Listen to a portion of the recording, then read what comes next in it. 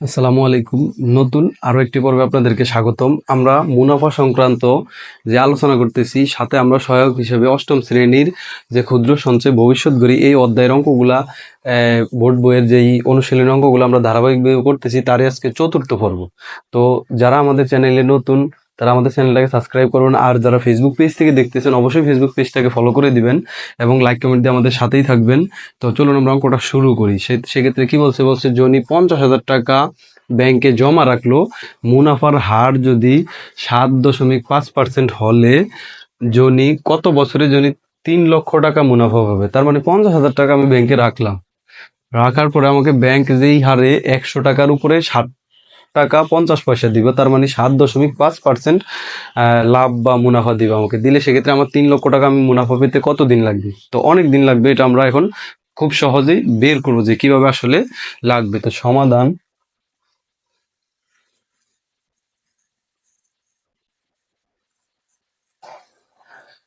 আমরা জানি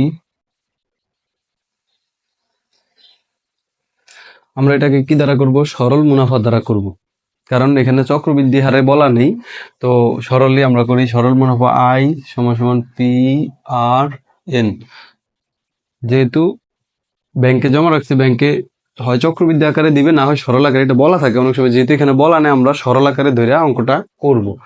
তো দেখি আমাদের কি কি দেওয়া আছে। পি আমরা আসল যেটা ব্যাংকে জমা রাখলাম 50,000 টাকা, অর্থাৎ আমি যেটা ব্যাংকে জমা রাখছি এটা আমার মূলধন বা আসল, এটাকে পি দ্বারা প্রকাশ করব আমরা।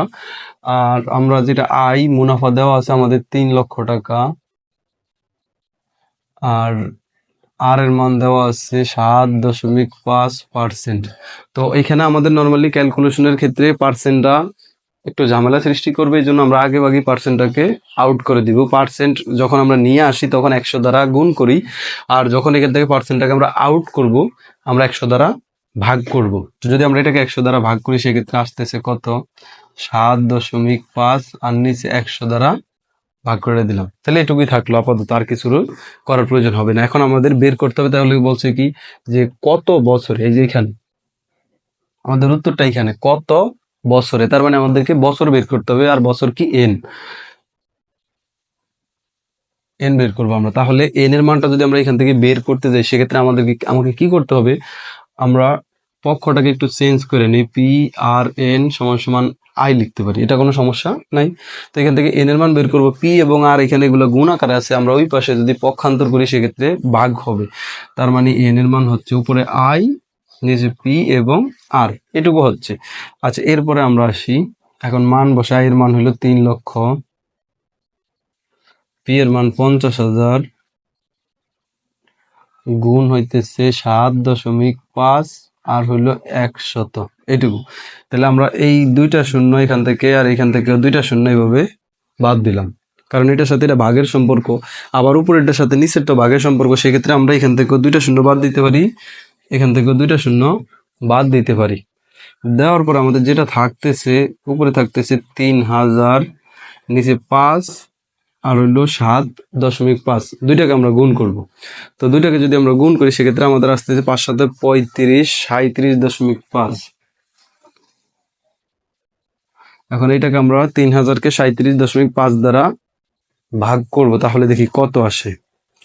3,000 ভাগ হলো 37.5, 80 আসতেছে। কত আসতেছে? 80, অর্থাৎ 80 বছর। তাহলে জনি সাহেব 80 বছর পরে 50,000 টাকা যদি ব্যাংকে রাইখা 7.5% মুনাফা দেয়, তাহলে উনি 80 বছর পরে 3 লক্ষ টাকা মুনাফা পাবে।